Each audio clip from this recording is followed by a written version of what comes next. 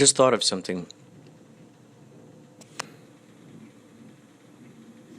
What if I'm imagining a video game where you can actually talk to the little person on screen. They listen to what you're telling them.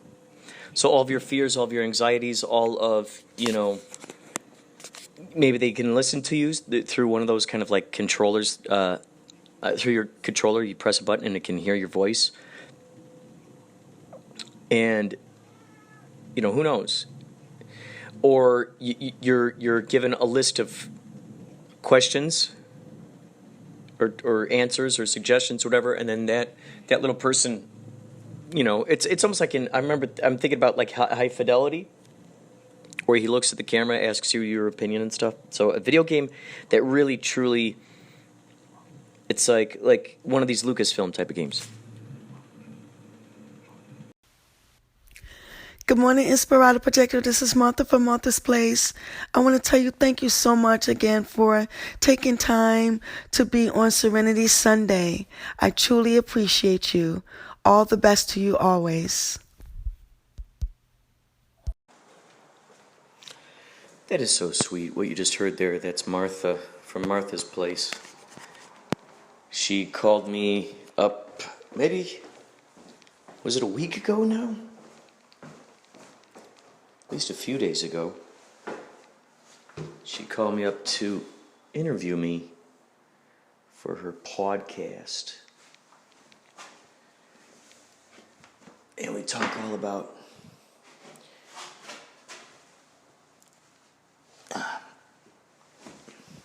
the legacy we leave behind, the vibe that we reverberate out into the future.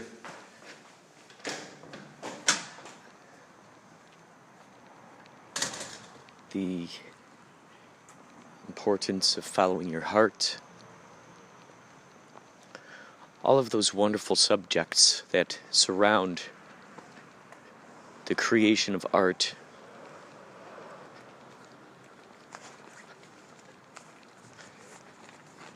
And the way in which we influence the world. There's something I was reading about how these someone did an experiment. I don't know if it was sounds like something a motivational speaker would do. They asked these prisoners in these jails, they had these prisoners write out their epitaph. They had them each write out how they would most ideally want to be remembered on this planet. How interesting is that? When you're confronted with that moment in time where you are the authority, the stamp, you're putting the stamp. You're supposed to summarize your entire life in a few words, perhaps a tiny paragraph.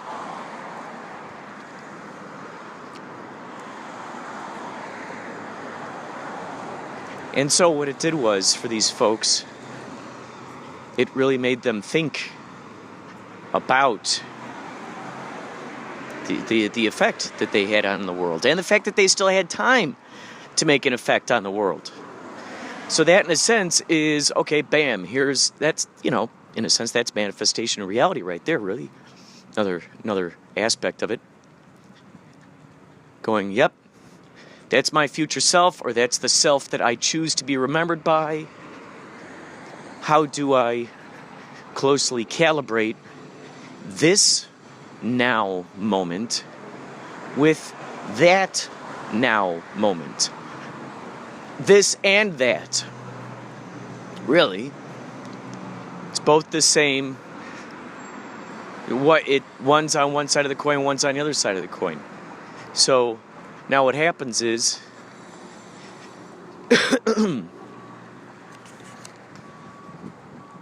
this and that, here and there. Here is someone else's there. This is someone else's that. Push is someone else's pull. And the policeman agrees. Push and pull. Is that cop pushing to go get their culprit? Or is the culprit pulling them to them? Is the culprit pulling the police to them? The perp? Is the perp pulling the police to them? Is the perp pulling the police to them? Or is the policeman pushing towards the perp? Perp, perp, perp, perp.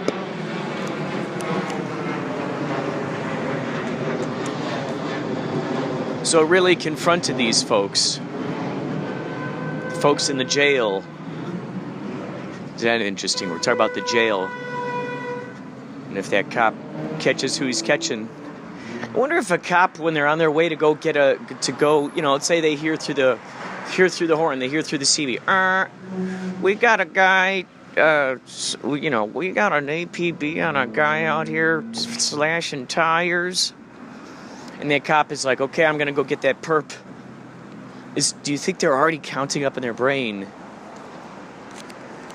what kinds of tickets they're going to have to write out? Do you think they're already imagining what kind of citations are going to be? Which ones they already got to get ready? How long it's going to take? And of course, if it's even worth it at the end of the day. A lot of times you hear these cops say, I hate the paperwork, That's one of the big things you always hear. They hate the paperwork. So if that's the case, if they don't like the paperwork, maybe they're on their way to get the perp and they're thinking, okay, what's the fewest amount of paperworks I can do? I'll get them with this. Or, how do I combine them all into one? Because we always hear about how there are those quotas. Is that the case? They're like, okay, I get a bigger, reward, so to speak. If I write this kind of ticket, this ticket is worth this much.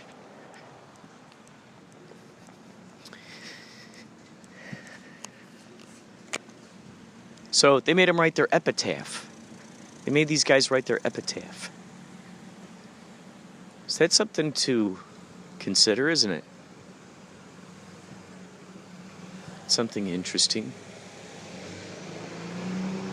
The epitaph. What's the future self currently doing? How does that future self want to be remembered? So thank you, Martha's Place, for calling me up, interviewing me, and spawning this whole discussion. More later. I just had an idea for an invention. It would be a soundproof chamber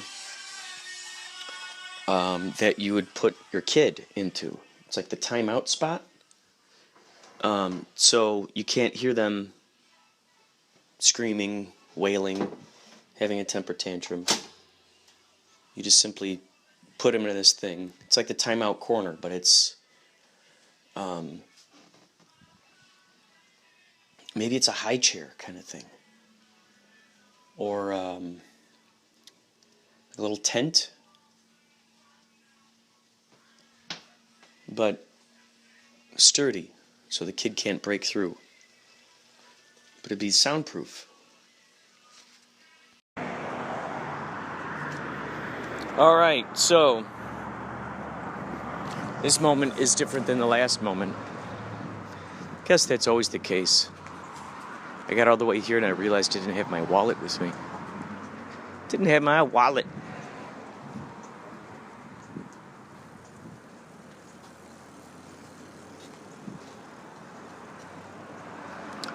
We have another Yachtley Crew show coming up September 7th, Friday. This is going to be the second to last Yachtley Crew show of the year. I think our very last one is in December. So we got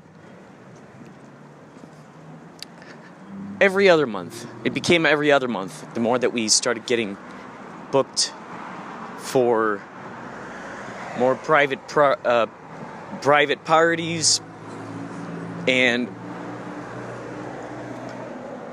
things of that nature.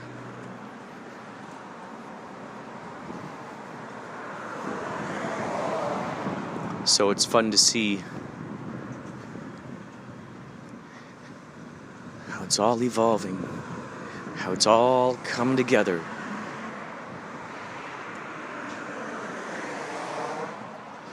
Yeah, it's crazy to me to think that Michael McDonald's family knows who we are. At least his sister and his cousin. How cool would that be if they told him about us? David Buoy, I guess, said something to him. Like, oh man, you gotta get him out here. They said, oh, don't you worry. Don't you worry, we're gonna have him out here. Don't you worry, sometime he's gonna pop up. So that would be fantastic if he was gonna sing a song with us on stage.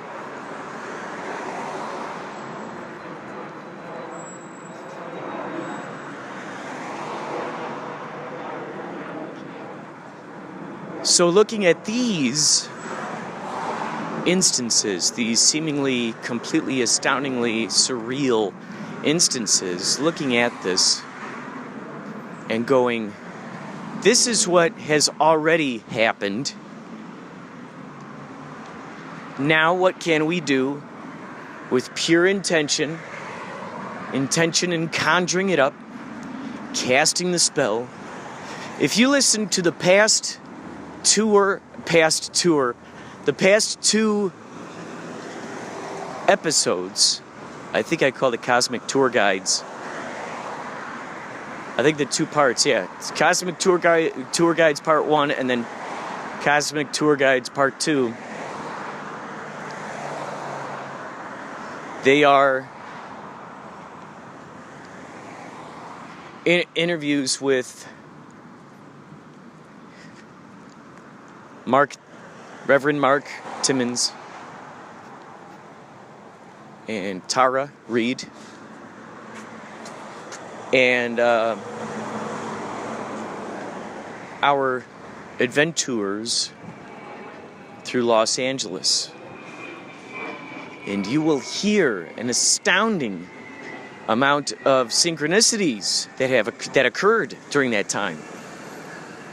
Can you imagine how exciting that is for a person who absolutely loves the synchronicities, loves the serendipities? It's no different than placing someone who absolutely loves Disneyland into the heart of Disneyland and putting Mickey Mouse ears on their head. That's the exact same thing. That's what it feels like to me. Synchronicities. These magic moments of the universe. These are my Disneyland. Some people love sports. They love watching sports. They get riled up. It excites them. They get excited. It awakens their soul.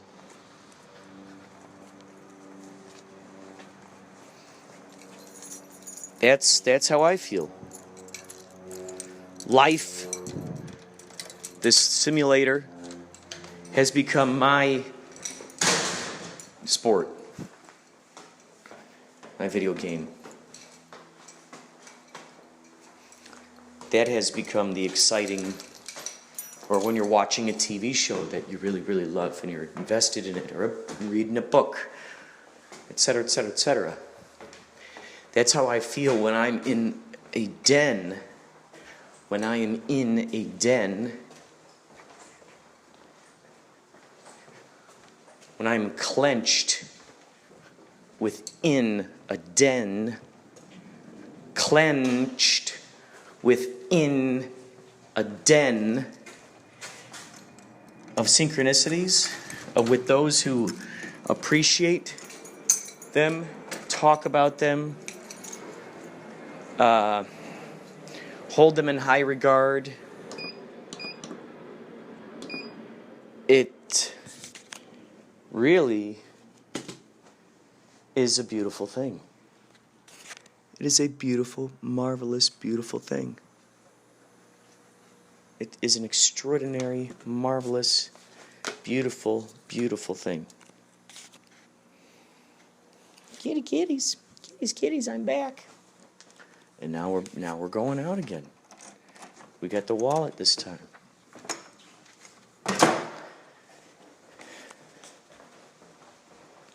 So that's what it feels like for me. Anyone who knows what it's like to geek out on anything. I don't care if it's the latest Avengers film. I don't care if it's playing role-playing games. Whatever it is. Growing gardens, working on cars. Everyone's got their thing. Dun, dun, dun, dun, dun, dun, dun, dun. Do you have the answer? Do you know the people? Dun, dun, dun, dun, dun, dun, dun. Do you know the answer? Do you know the people? Dun, dun, dun, dun, dun, dun, dun, dun. Do you have the answer? Do you have the people? Dun, dun, dun, dun, dun, dun. Do you have the answer? Do you know the people? Dun, dun, dun. You are about to hear from Inspirado, Projecto. You will never be the same. We are back. Sometime during my recording, I looked down at Anchor and it had just stopped. I didn't press the stop record button, but it had somehow. That's part of the charm. It's part of the charm of Anchor, folks.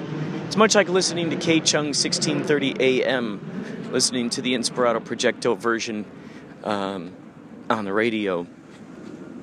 You never know what kind of technical situations, technical difficulties, happy accidents, etc., so forth, we are going to have at any moment in time. You just never know. You just never know. That's kind of like with Anchor. I downloaded number 3, the update, and I've noticed some interesting little glitchy things where I'm not going to get into it. If you happen to have Anchor, you're listening to this, please let me know what issues or solutions you've come up with, so I can pass those around to others and also apply the wisdom myself. We're now coming back from the grocery store. I've got some odds and ends, if you will, and odds and ends and odds and ends. Ooh, now that would be a good detective team, wouldn't it? Odds and ends. Odds and ends. So odds is the more, let's call them, oh gosh, I want to think of like a real good, Matty. M-A-T-T-Y, Matty. Matty odds.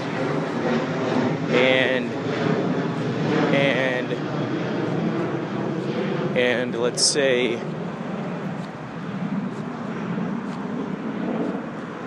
ooh, maybe Elliot. How about Elliot ends and Oliver odds? That's good. Oliver odds, Elliot ends. That's good. I like that. And then for some reason, people just call him Matty for some reason. Because he, let's see. Maybe he's got a twin brother named Matty. There you go. Or people think it's his twin brother. He even thinks it's his twin brother. However, maybe it's just a clone. That could be the greatest case of the detective story right there. Two detectives trying to solve a conundrum that happened to either one of them. So maybe Elliot ends, so his brother Matty, or rather, who he's later led to believe is his brother Matty, his long-lost twin brother, who's actually a clone of him. Let's see, a clone. Maybe it's an AI, part AI too? So the AI retains... Let's say the AI is programmed for really good improvisation and very sharp awareness. So it just builds upon conversations that it hears him say, and conversations that it hears others say about him. So he kind of constructs this. He's designed to, and maybe he's designed with some information. Heck, maybe it's a villain. Maybe it's some arch nemesis, who they cracked the case of, and he's, maybe he escaped from jail. He's a mad scientist. Who knows? So that's a whole side thing, a whole side plot. Maddie, they keep calling him Maddie. He's like, what? There's, after all, that new documentary that came out where this guy realized that he had a twin brother, long-lost twin brother. And then those twin brothers ended up finding out that they had a long-lost triplet brother. And the mystery just keeps getting darker and deeper and crazier and moves and grooves just like that. So it could be something like that, where they go to a different town. They're trying to solve a different case altogether. And while they're in that town, people are like, Maddie, how have you been, man? Are you still, there's this whole life. And it's really confusing him. It's freaking him out. Ooh, okay. This just blasted the antenna. Now, it's been said, there are multi-dimensions, there are parallel universes that are happening right now. Everything's in the now. That's one of the things that Nostradamus said to Dolores Cannon when she brought someone through a past life regression. She had written a series of books about Nostradamus and his conversations with her through these various people who were brought under hypnosis. And so he talks about the idea of parallel universes. They're all happening right now. So if that's the case, and then we take into consideration the fact that the theory of relativity, every single person's reality is their own reality experience. Now, who's to say that, knowing that there are those parallel universe versions of ourselves, it is possible, it's entirely possible, that they are in fact living right now here on this earth. That is the parallel. Oh my God! Thank you. And that is that is one of the many parallel universe possibilities that we hear about. A lot of times we think of parallel universes, and they're like, oh, they're over there. I'll never see it. It's just writing, like another layer along with this, and it's going on in a different layer, different sort of matrix. Well, what if it really was happening right on top, right here, right now? So when you hear people say, I saw your doppelganger, or I saw someone who reminded me so much of you, or he had the same mannerisms and everything, what if that really actually truly could happen, or that person is us? And we're just defining it as something different. Kitty, excuse me. I love you. I just can't give you away. So, yeah, odds and ends. So, ends would mostly be this guy who's very, very, very, the analytical guy, very, very calculated, analytical, critical, so on and so forth. And Odds is the guy who's always thinking of the most absurd possibilities, the crazy way out there. The like, as in, don't never tell me the odds. Oh wait, odds and ends, odds and ends. Yeah, ends. Yeah, the ends guy. The guy, he's always trying to make connections between things. Odds is the guy. I don't know. Who knows? Could be this. Could be that. You never know. What if this? And even though it turns out to be this crazy cockamamie idea, the guy's like, well, I don't know. Could be this for all I know. And then all of a sudden, next thing you know, it is that thing. So that could be the funny thing, is that ends. It always turns out, and odds never says I told you so. That's the cool thing. He never says I told you so. He just deals with ends, just kind of naysaying the idea of it. He's like, no, that's preposterous. That would never happen. No way. That would, that stuff never. No way. Well, then it turns out that weird thing just so happens to be the thing that just always is the answer.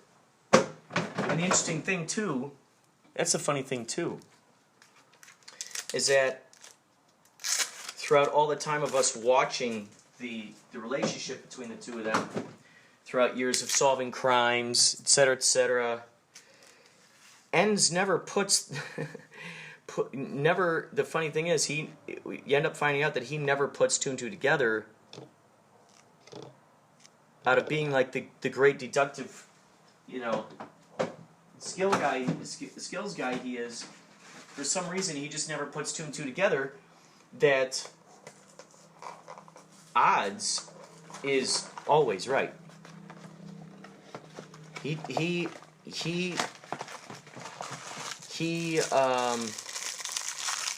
and it's never pointed out, but the audience knows. The audience knows.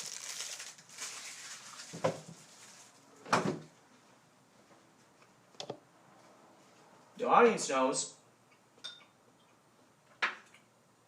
And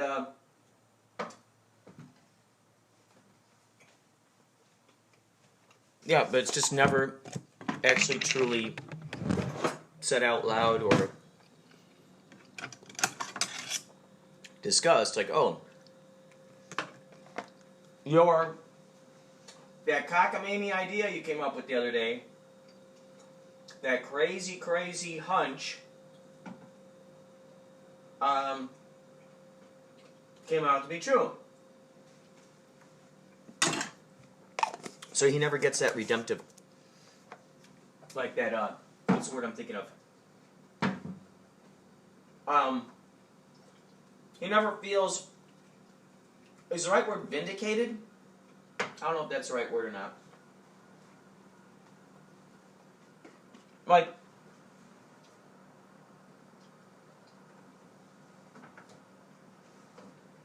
he doesn't get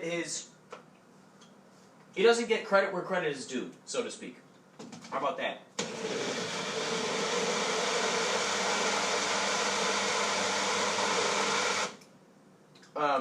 While we were away,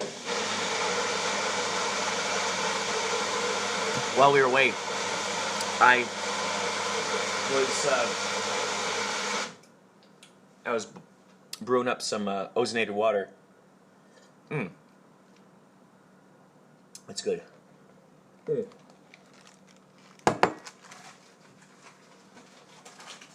Wow. I also got some cosmic brownies. Not the kind of cosmic that you might think. Or is it? Eating a cosmic brownie.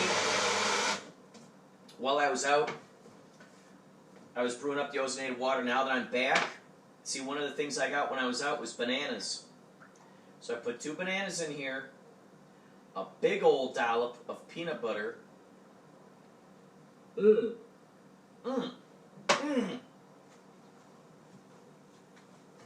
Oh my God. And then blended it up with ozonated water. Oh my God, this is going to be so good. This is a wonderful breakfast, by the way.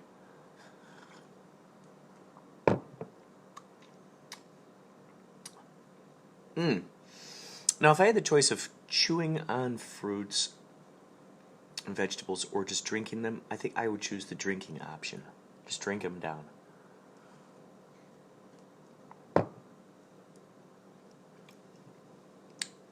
Just drink them on down. Is an ounce of food the same as an ounce of liquid? That's something I've always wondered. Like, okay. Alright, cats are hissing at each other. We don't know what the hell's going on. Cats are hissing. You never know. You never know what's going on. You never know what's going on with these guys. You okay? What's going on? Heard you hissing at that guy. What the hell? And you never know who started it. Like when I used to substitute teach, there'd be a girl, she'd go, you know, Roberto just hit me. And I'd say, Roberto, why'd you hit her? Why'd you hit Wendy? Well, Wendy called my mom a fat cow. Wendy, why'd you call Roberto's mom a fat cow? Because he called my dad a jackass. Roberto, why'd you call her dad a jackass? Because she said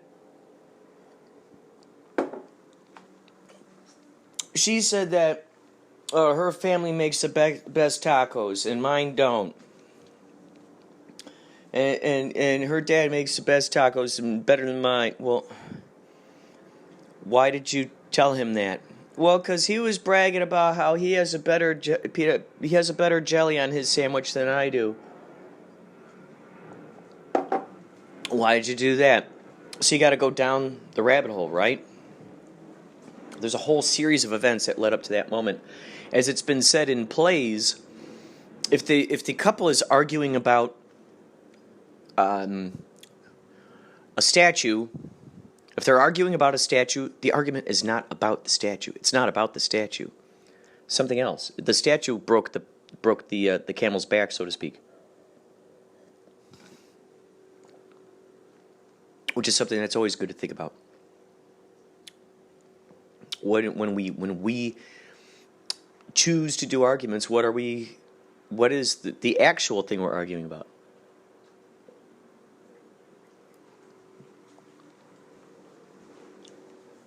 Right? What's the actual thing you're arguing about? The argument then becomes this. The argument is actually it's veiled, or if we want to switch those words around, it's eviled. Veiled, it's a twisted sort of version of what is actually talked about.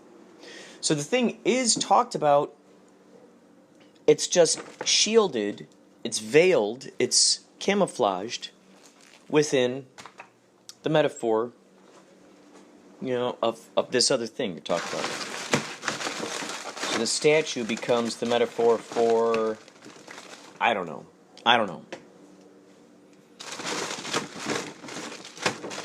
Maybe the guy is bothered that his wife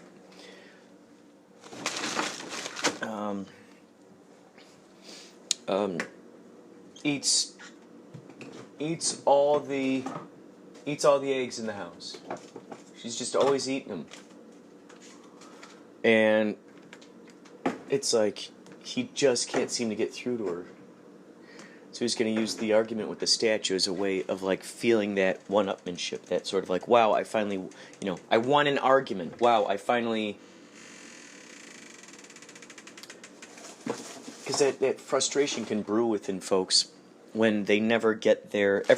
Like everybody gets a turn. There's a give and take. There's a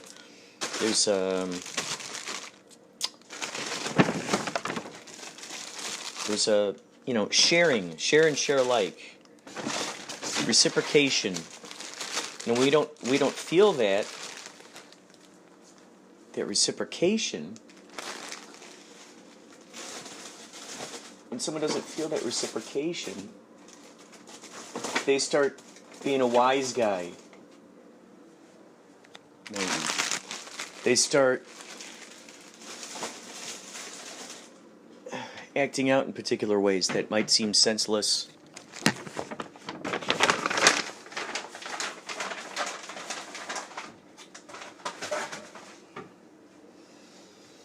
I just took you through a grocery journey. Look at this. This pot of coffee is ready as well. Hot off the press. French press. French press. French press, monsieur. Press, monsieur.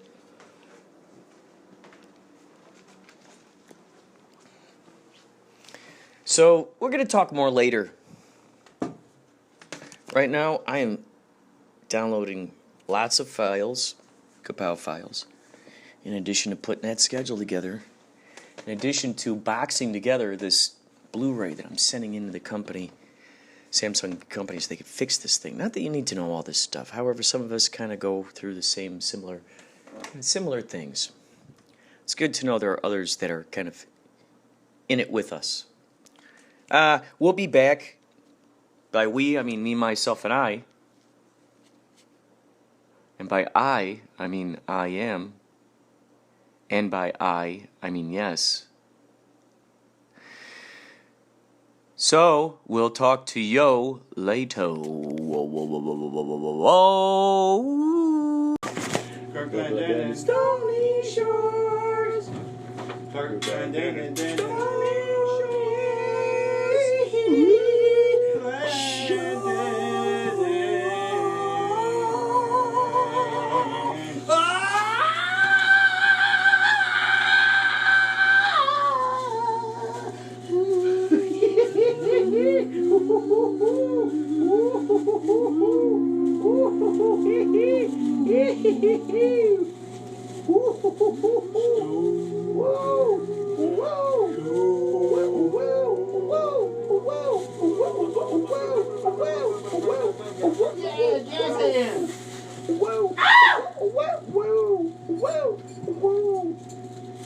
Stop the tape. Stop it. I hope to God you got every bit of that, dude.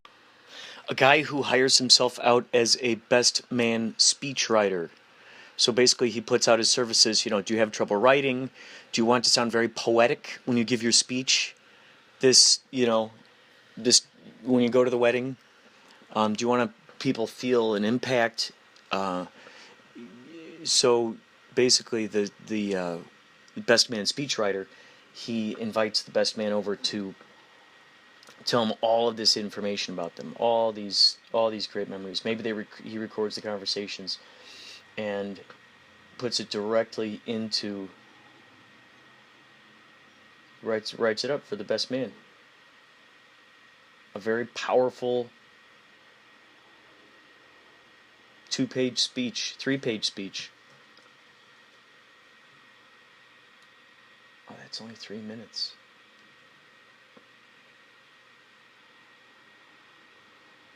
5 minute. Whoa. This is so crazy, you guys. This is so crazy.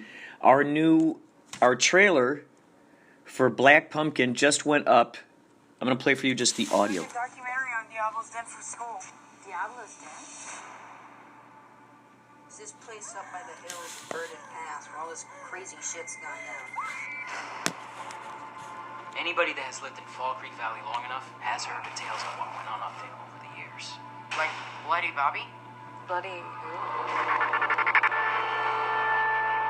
A demonic little monster who wants to kill everyone in Fall Creek Valley on Halloween. Their bodies were found slaughtered up by Diablo's Den early this morning. What?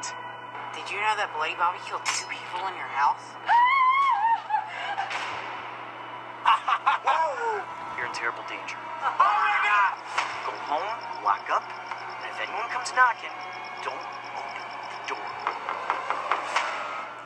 If you don't take my advice, you'll be dead too. You, everyone, Bloody Bobbies. That's not me.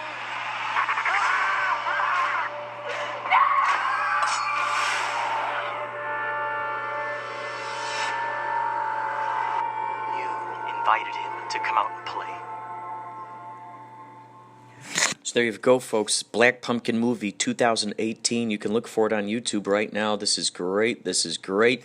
We're going to be having our double feature for the very first time, very last time, at the Kapow Intergalactic Film Festival, September 29th. That is, in fact, on a Saturday. I would love to see you all out there for that show.